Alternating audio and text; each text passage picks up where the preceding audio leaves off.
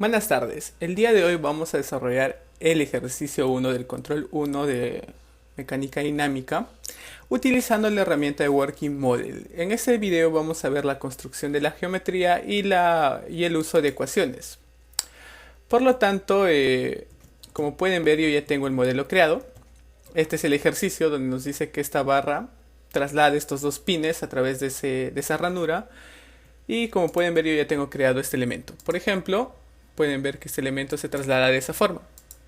Y vamos a trabajar todos esos valores. Entonces, comenzamos.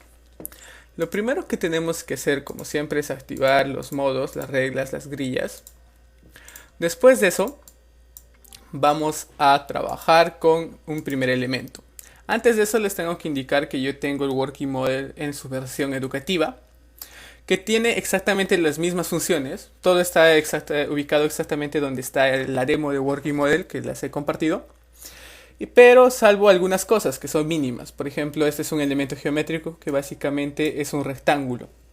Por otro lado, quería comentarles que si son nuevos en el Working Model, tengo un video en este canal donde les explico el Working Model paso a paso, resolviendo un ejercicio de poleas, sobre dónde se encuentra cada cosa. En este video vamos a utilizar todo eso y algunas cosas extra, haciendo que este video sea un poco más avanzado. Por lo tanto, lo primero que debo saber es que esto es una elipse que se define por una función. Yo aquí tengo la interpolación de esa función. Aquí he desarrollado la función un paso cada de 0.5. El paso es de 0.5 y he desarrollado la componente y de la función. Eso es muy impreciso, puesto que nos va a dar resultados muy bruscos, muy toscos, cosas que no son. En este caso he probado después con un paso de cada 0.2 y también los resultados llegan a ser muy toscos. Los resultados ya en cierta forma aceptables se dan cuando el paso es de 0.1, por ejemplo.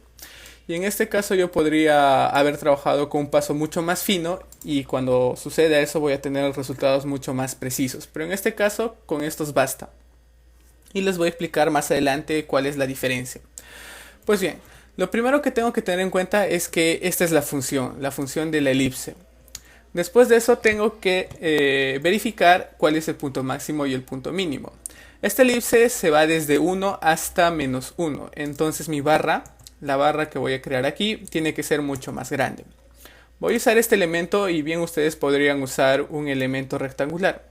Voy a crear una barra que sea de esta magnitud, un poco más ancha. Y la voy a trasladar a la posición X. Stop. La voy a trasladar a la posición X igual a 0. Después de eso lo que tengo que hacer es crearle un riel en el centro de la figura. Y después de eso crear los pines. El pin circular que voy a ubicar en la posición X igual a 0 y Y igual a 1, que sería nuestro punto máximo. Después de eso uso esta opción que sería la articulación canalizada. Y ya tengo una articulación ahí. ¿Esto qué significa? Que si yo fijo la barra puedo trasladar esta circunferencia a través de ese canal. Control Z. Después vuelvo a copiar esa circunferencia y la traslado por aquí, a la posición menos 1. Y vuelvo a hacer lo mismo. Y ya tengo la primera barra. Después de eso lo que tengo que hacer es mi canal que cumpla con la función x al cuadrado sobre 4 y y al cuadrado igual a 1. Por lo tanto, escojo 3 puntos. 3 puntos cualesquiera y este va a ser mi canal. Pero para poder modificarlo a la elipse, perdón. Antes dije parábola, me retracto. A la elipse, entonces necesito copiar todos estos datos. Pam, pam, pam. Hasta acá. Copiando. Nos vamos aquí y seleccionamos la opción coordenadas cartesianas y le damos a pegar. Como pueden ver, este elipse se ha trasladado. Se ha trasladado hasta este punto y vamos a volver a pegar.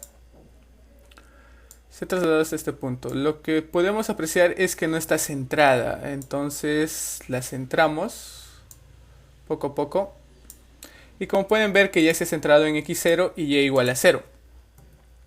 Después de eso lo que tenemos que hacer es seleccionar este punto. Este punto es el que se va a trasladar a través del elipse. Por lo tanto lo llevamos hasta el punto que teníamos antes de la circunferencia. Después de eso volvemos a hacer otro elipse de 3 puntos. Volvemos a seleccionar coordenadas cartesianas y le damos a pegar. Y como pueden ver se ha trasladado automáticamente al punto donde nosotros lo requeríamos. Y trasladamos ese punto hacia nuestro pin inferior. Después de eso eliminamos este cerrojo y ponemos un cerrojo traslacional que sería únicamente en X. Y como pueden ver cuando yo mueva esta barra, todo va a seguir con la barra. Después de eso a mí me gustaría ubicarlo esto en la posición 1.98. Porque vamos a iniciar el movimiento ahí. ¿Cómo añadimos la velocidad? La velocidad la podríamos añadir utilizando esta opción del doble clic propiedades, velocidad en X. Pero esa propiedad va a hacer que considere la inercia del elemento. Entonces lo que tendríamos que hacer sería lo siguiente. Ponemos una barra, la ubicamos en y igual a 0. Y después de eso la fijamos. ¿Para qué? Para poder usar un actuador. Un actuador es un elemento que simplemente ejecuta lo que tú le pides.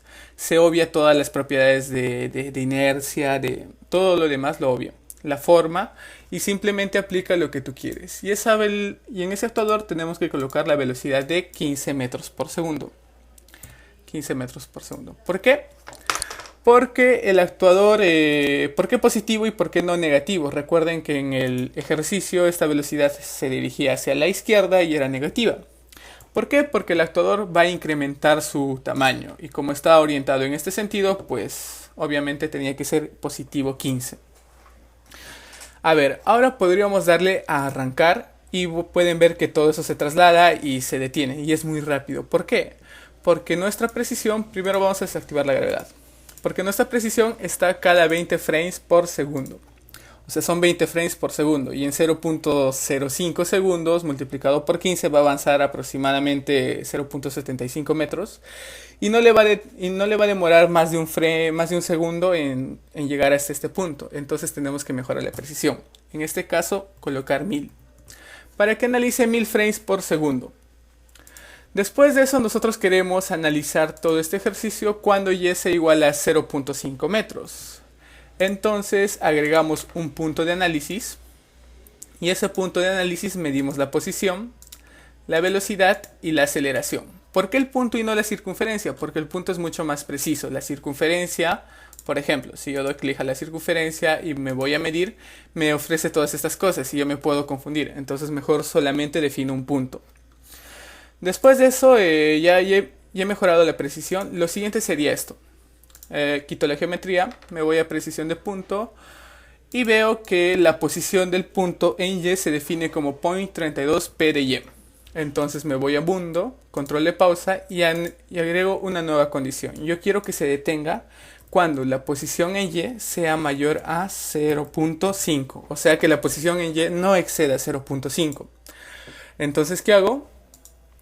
Le doy a correr. Reinicio todo esto y le doy a copiar todos estos datos. Como pueden ver, o como van a poder ver, aquí tengo todos esos datos y tengo que para una posición de Y igual a 0.56, la aceleración total va a estar entre 433 y 465.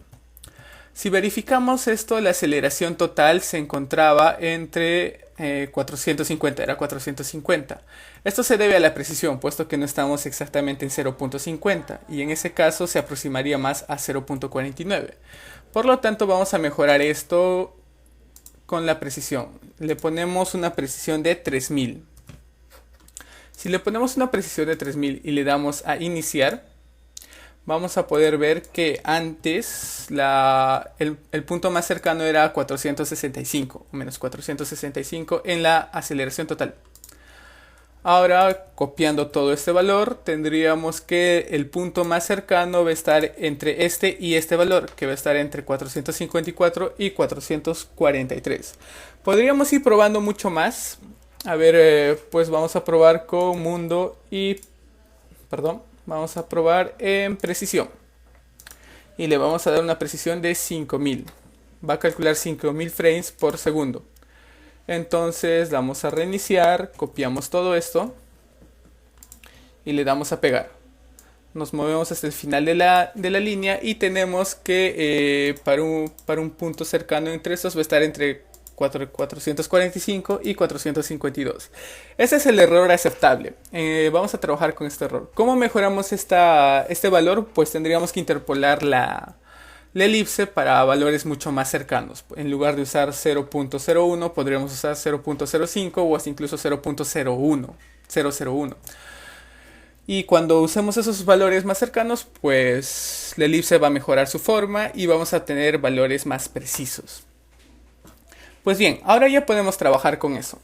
Lo siguiente sería calcular el valor de la velocidad y la aceleración. A ver, reconocer los parámetros. Primero nos están preguntando por la velocidad en coordenadas rectangulares. Acá tenemos velocidad en X y velocidad en Y. Estas serían las coordenadas rectangulares para la velocidad. La vamos a sombrear.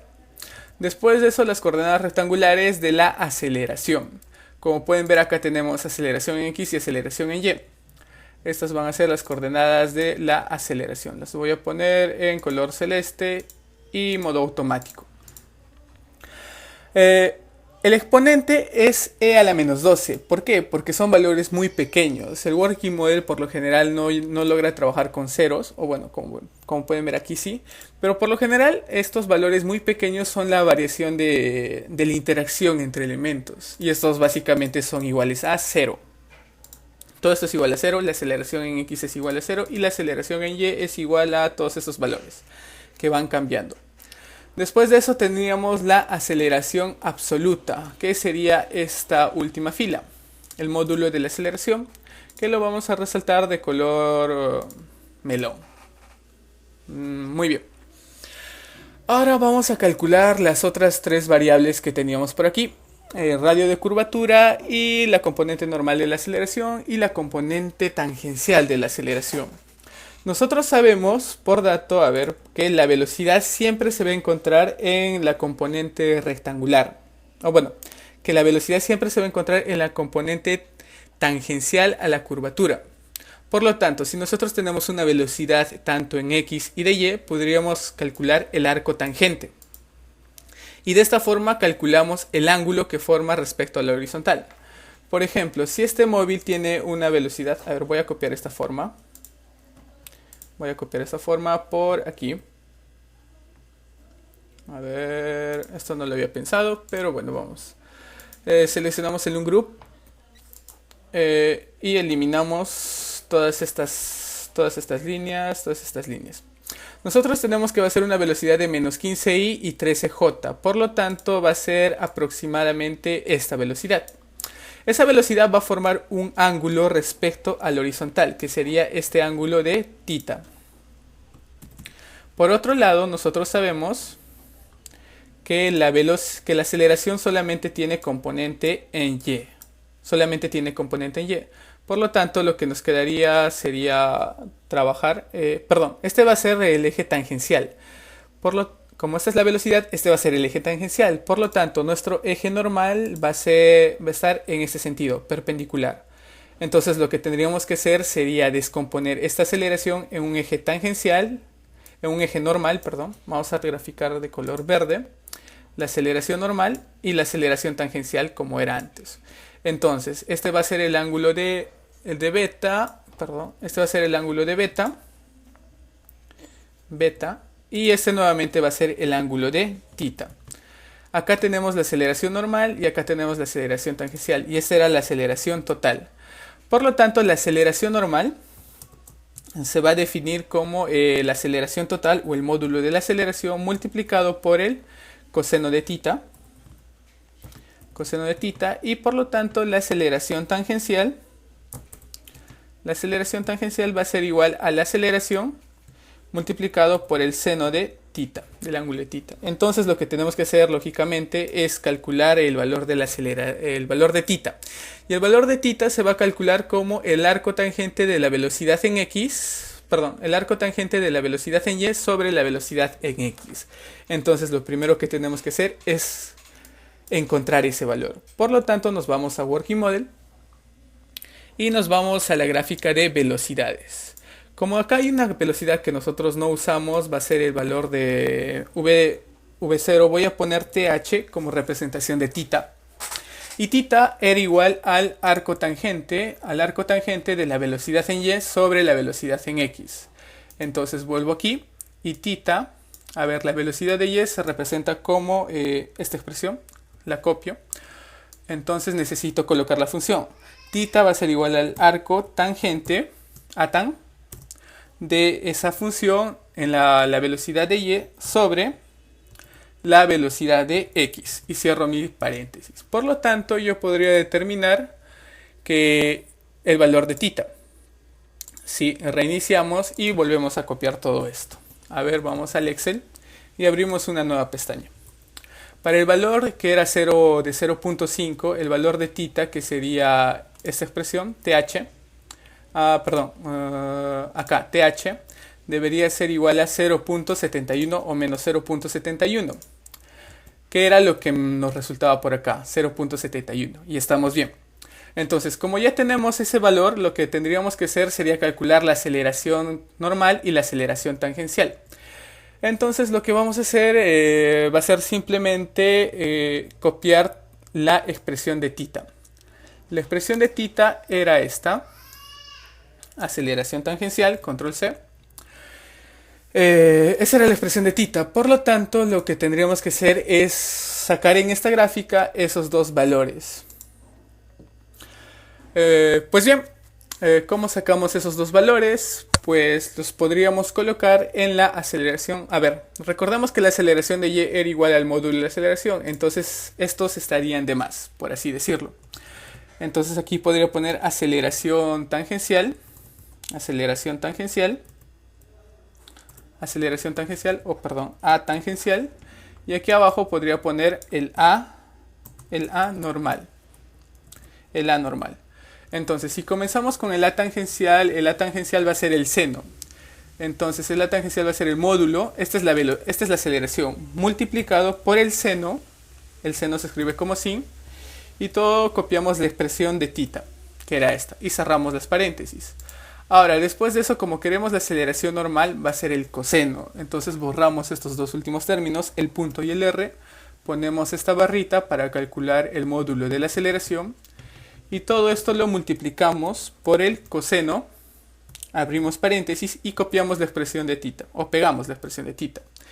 Y de esta forma hemos terminado de completar. Tenemos aceleración X, aceleración en Y, que vendría a ser igual a la aceleración de θ. Creo que puedo escribir aquí más. Que vendría a ser igual al módulo de la aceleración. Y tendríamos lo siguiente. Que la aceleración en Y es igual al módulo de aceleración, tenemos la aceleración tangencial y la aceleración normal. Entonces lo único que nos quedaría sería recorrer todo esto. Una vez recorrido eso, lo que nosotros tendríamos sería la siguiente expresión. A ver, perdón. Copiamos, iniciamos. A ver, copiamos, pegamos. Y acá tenemos el módulo de la aceleración. La aceleración está entre estos dos valores y teníamos que la aceleración tangencial va a estar entre 297 y 291. Verificando, la aceleración tangencial era 294. Lógicamente está entre esos dos valores. Y la aceleración normal va a estar entre el valor de 341 y 337. Claro, era 340. Después de esto, lo que tendríamos que hacer sería interpolar esta expresión. Interpolamos por aquí y nos va a dar el valor de... Interpolamos aquí. A ver, insertamos. Podríamos interpolar el valor de 0.5 exactamente y nos va a dar valores un poco más cercanos. Ahora nos falta calcular el radio de la curvatura. El radio de la curvatura lo vamos a calcular en esta gráfica para no crear una nueva. Nosotros sabemos que en esta gráfica tenemos la rotación y en este caso vamos a poner el radio de la curvatura. El radio de la curvatura se calculaba como la aceleración normal sobre la velocidad o el módulo de la velocidad. A ver, El radio de curvatura se calcula como la velocidad total elevado al cuadrado o el módulo de la velocidad, todo esto dividido entre la aceleración normal. Entonces vamos a copiar toda esa expresión que tendríamos por acá. Teníamos el módulo de la velocidad, entonces vamos a copiar esto, control C, y nos vamos a el radio, que va a ser igual a esta expresión, entre paréntesis, todo esto elevado a la 2 al cuadrado. A su vez, todo esto va a estar dividido entre 1. Voy a poner 1 porque no quiero que se modifique todo eso. Y me voy acá y copio la aceleración normal, la expresión de la aceleración normal. Le doy a copiar, me voy a radio y ubico el 1 que había puesto antes para que no se me borre y pego toda la expresión. Y como pueden ver, ya va a calcular el radio de la curvatura. Reiniciamos todo, copiamos y pegamos nuevamente aquí. Entonces nos ubicamos en la última posición cuando y era igual a 0.5. Cuando y era igual a 0.5, el radio de la curvatura iba a estar entre 0.66 y 0.77. Ok.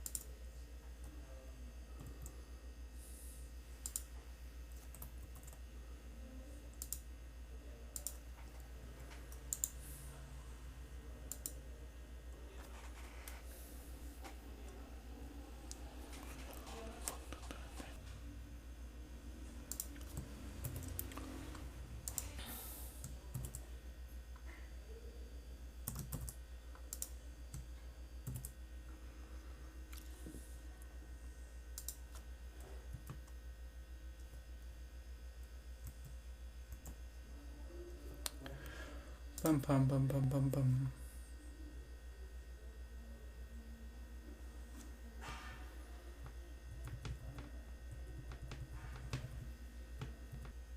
Pues bien, ¿por qué el valor de radio de curvatura no nos está dando el valor que nosotros necesitamos? Pues aquí hay que hacer una pequeña corrección en el radio de curvatura. Nosotros tenemos la primera expresión de la velocidad elevado al cuadrado, todo esto dividido entre el módulo de la aceleración, pero este producto es igual que un Excel, se va a pasar al numerador. Entonces lo que tenemos que hacer es toda esta expresión, abrirla entre un nuevo paréntesis. Abrimos un nuevo paréntesis y nos vamos hasta el inicio, volvemos hasta el cuadrado y cerramos los paréntesis aquí. Y nuevamente va a comenzar, necesitamos calcular toda esta expresión. Reiniciamos, copiamos y pegamos. Como pueden ver, el valor que nos está resultando por aquí sería el valor de entre 1.064, 1.16, que sería el valor de radio que está calculado aquí. Entonces, recapitulando, tenemos el valor de radio, que lo voy a resaltar en color verde, verde claro, la velocidad y el módulo, que son las cosas que nos preguntaban, en color celeste. También teníamos la aceleración en sus coordenadas rectangulares y el módulo de la aceleración que iba a ser AY.